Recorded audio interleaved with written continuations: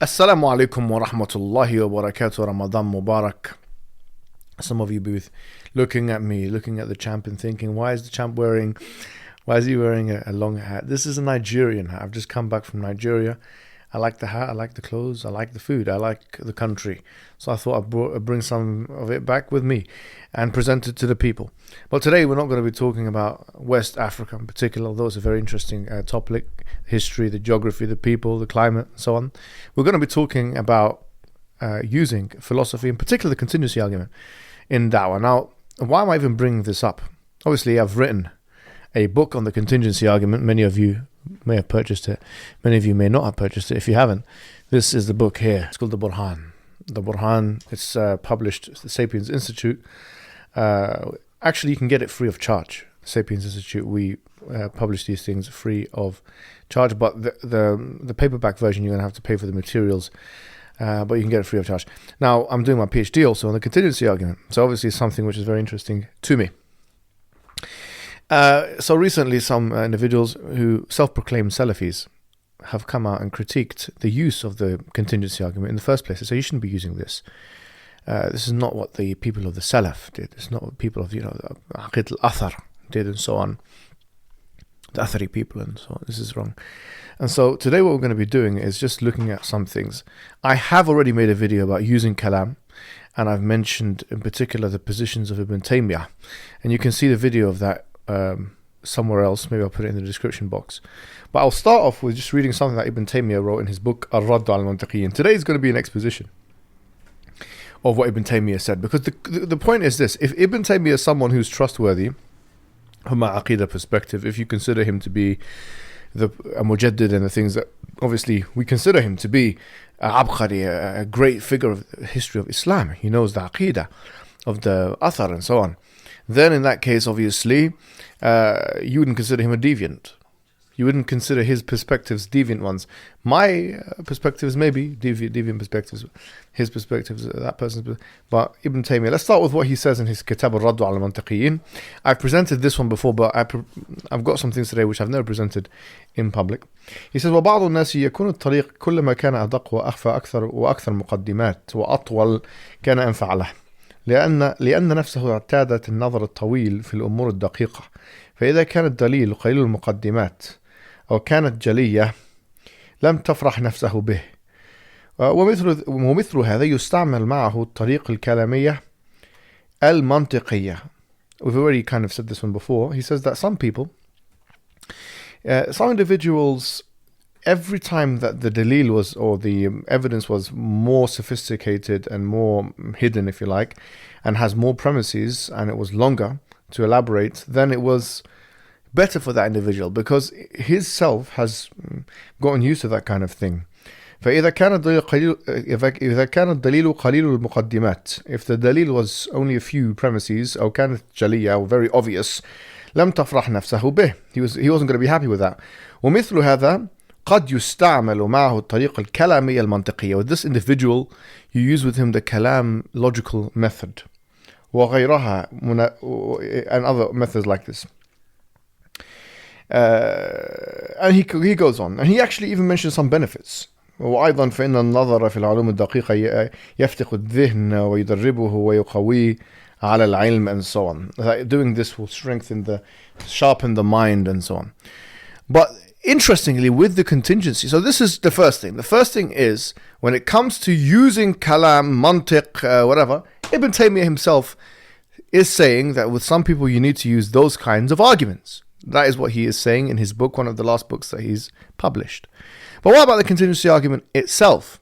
Well, one very central aspect of the contingency argument is, of course, the infinity or infinite regress, the set of infinite things, the set of finite things, etc. And this is in a kitab called Minhaj al-Sunnah, pages 436 to 437. I'm going to put the screenshot on the screen. And this is what he says. He says, وَالتَّسَلْسُلُ الْعَامِ. He says that infinite regress is of two types. تسلسل في المؤثرات كالتسلسل في العلل والمعلولات وهو التسلسل في الفاعلين والمفعولات فهذا ممتنع باتفاق العقلاء. He basically says infinite regress is of two types, and one type is the infinite regress of efficient causes, and this is impossible Yeah, with the اتفاق, with the agreement of all the rational people. من هذا الباب تسلسل الفاعلين والخالقين والمحدثين مثل أن يقول هذا المحدث له محدث وللمحدث محدث آخر إلى ما لا يتناهى. He says that as if to say, for example, this originated thing has an originator, and the originator has an originator, and this infinitely regressive backwards. What does this sound like, ladies and gentlemen? This is philosophizing. Ibn Taymiyyah here is philosophizing. He is using dalil which is not in the Quran and the Sunnah. This infinite regress kalam, he is speaking of it himself. He's using it himself. Now I want to know, what is your response to this? How do you feel about it? If I were to say these things, maybe it's a deviant position, but Ibn Taymiyyah is saying it himself here in Minhaj al-Sunnah, page 436 to 437. He says, فَهَذَا مِمَّا اتَّفَقَ الْعُقَلَاء فِيمَا أَعْلَمُ عَلَى امْتِنَاعِهِ لِأَنَّ كُلَّ مُحْدَثٍ لَا يُوجَدْ بِنَفْسِهِ. He says because, and this is the second page now, second page, here we go. He says because every muhdath, every originated thing that cannot originate itself, فهو معدوم باعتبار نفسه. So it is it is absent with regard to itself. وهو ممكن باعتبار نفسه, and it's contingent. Now he's talking about contingency, is he? Is he talking? Yes, he is. Yes, Ibn Taymiyyah, yes, he is. He says, and he's وهو ممكن باعتبار نفسه. It says contingent with regard to itself. فإذا قدر من ذلك ما لا يتناهى. So if it's something which is understood to infinite regressive proportions, لم تصل الجملة الموجودة واجبة بنفسها. This particular set of things, set of things it could not be self-sufficient or in existence because of itself. فإن انضمام المحدث إلى المحدث والمعدوم إلى المعدوم والممكن إلى الممكن لا يخرجه عن كونه مفتقرا إلى الفاعل له. The fact that you have contingent things contingent upon contingent things, that does not mean that that entire set is not itself contingent on some agency outside of itself. بل كثرة ذلك تزيد حاجتها وافتقارها إلى الفاعل. In fact, the more you add contingent things to contingent things, the more you require, the more it will depend on the agent, the ultimate agent. وافتقار المحدثين here too. So وافتقار المحدثين الممكنين أعظم من افتقار أحدهما. So for example, two contingent things or two originated things or two contingent things is even more dependent than one of them, يعني on the agent outside of it. كما أن عدم الاثنين أعظم من عدم أحدهما فالتسلسل في هذا والكثرة لا تخرجه عن الافتقار والحاجة بل تزيده حاجة وافتقار. This doesn't mean that the contingent thing will at one point there'll be a threshold where it stops being contingent. In fact, it continues being even more contingent. So this is the first thing. Clearly he's speaking about contingency. Clearly he's making the argument. Clearly he's agreeing with the argument. Clearly he doesn't agree with those individuals who say that you can't use the argument. He does not agree with that. He's in fact using the argument himself. He is using the argument himself. And he uses it even more in this kitab here, which is once again, it's Minhaj al-Sunnah. And you can look, in fact, the whole section, page 426 to 432. It's very interesting, the discussion, because he anticipates the cosmological fallacy. Much like, the Bertrand Russellian compositional fallacy. That just because there is some kind of description in the part, it doesn't mean that that will be generalized to the whole. Well, then he responds, and it's a long discussion, I can't show all of it, but I'll just show you some of it. He says, فاجتماع المعدومات الممكنة لا يجعلها موجودة بل ما فيها من الافتقار إلى الفاعل حاصل عند اجتماعها أعظم من حصوله عند افتقارها وقد بسط الكلام على هذا في غير هذا الموضع. So he's saying here that if you put together things which are non-existent, yes, it does not فاجتماع المعدومات الممكنة, which are contingent, it doesn't make it existent. Okay, بل فيها من الافتقار إلى الفاعل حاصل عند اجتماعها. When you put these particular instantiations of contingent things together, in fact, it doesn't change its quality, he states, even if you put it together, أعظم من حصول عند افتقارها, it still remains dependent. وقد بسط الكلام على هذا في غير هذا الموضوع. He says that I spoke about this in another segment. Someone may argue, well, actually he has a serious problem, and he did have a serious problem with some of the way the falasifa like Ibn Sina and Farabi and Al-Kindi and so on, they use this argument to do nafi of the sifat, to negate some of the attributes of God. And yes, you can see this, for example, in the quotation above in Safadiyya, when his kitab called the Safadiyya, from page number 104 to 111. But what he says is really interesting, as I'll show, he says elsewhere, is that it really depends on how you define a part and a whole. For example, Allah subhanahu wa ta'ala, he says, في أي صورة ما شاء ركبك. For example, and he mentions this, if the thing itself, وقد يقال المركب لما يمكن تفريق بعضه عن بعض كأعضاء الإنسان. For example, if you can separate these things together, like for example the appendages of a human being, then or that you can يشار إليه, for example كالشمس والفلك, then these things are not what are intended by composite parts. He says here, وإذا كان كذلك فمعلوم أنهم إذا قالوا أن إثبات الصفات تستلزم التركيب. Now he's attacking the falasifa.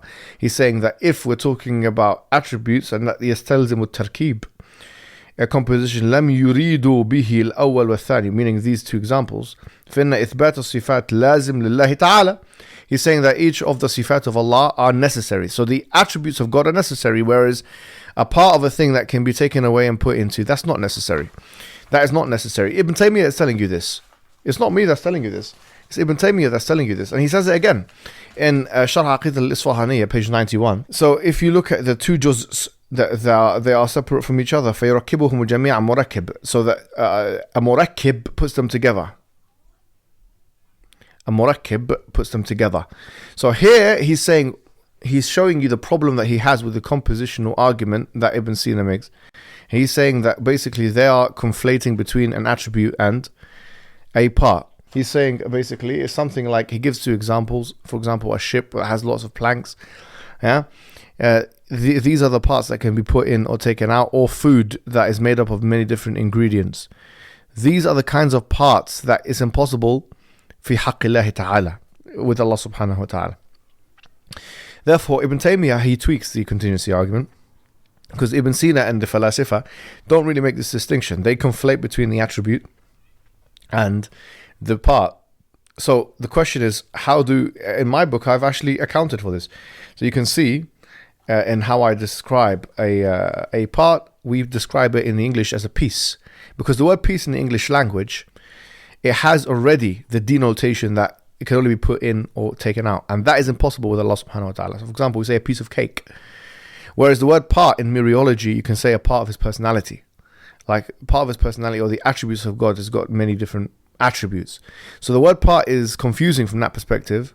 So in order to eliminate the confusion, I use the word piece, and we can't say Allah has pieces.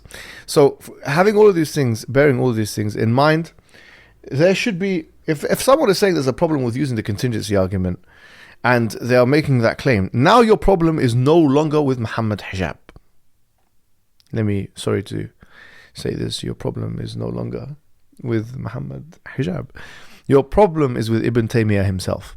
Now, all of your refutations in your PDFs, please write them with the title Refuting Ibn Taymiyyah. Because this is very clear. I've given you more than 3 or 4 references. Sharh Aqeedah al-Isfahaniyya, Ar-Raddu al-Mantiqiyyin, Minhaj al-Sunnah, As-Safadiyya. That's 4 references, 4 different books where Ibn Taymiyyah is saying things. Now you can say, well, he's saying these things out of context. I'm giving you the entire reference. I've shown it to you on the screen. I've read it out to you in the Arabic and translated it to you in the English. Maybe you don't understand this, with all due respect. Maybe you don't understand what's going on here. But just because you don't understand something, it doesn't mean now you have a right to block people from doing dawah to atheists, because you're not doing dawah to atheists. You cannot do that. Show us how to do dawah. Demonstrate to us how you can do dawah to atheists without using first principle methods. So anyway, I don't want to waste my time too much, but the point is that we just want people to know who Allah is. And we just want people to understand that you can use these arguments in Islam, and Islam is a rational religion. That's why Ibn Taymiyyah himself wrote the Kitab Dar'u al-Ta'arud bil-Aqli wal-Naql, that there's lack of contradiction between the Naql or the textual evidences and the Aql. I hope with all of this evidence I'm no longer going to receive questions from the Amma, the general public and whatever, and other people, videos being made and so on about the contingency argument, unless these quotations are dealt with. If you deal with these quotations, ahlan wa sahlan, please, I would love to see how these quotations are wrong, so I can amend my thesis, my PhD thesis, so I can speak to my friends, so we can improve our knowledge together. Otherwise, it's just going to be name calling and blocking the way of da'wah, with all due respect. So instead of blocking the way of da'wah and name calling, let's stick to the academia. Let's stick to the references. If you cannot deal with these references and you cannot respond to them, it's not a shame to say, I was wrong on the matter. Wassalamu alaikum wa rahmatullahi wa barakatuh.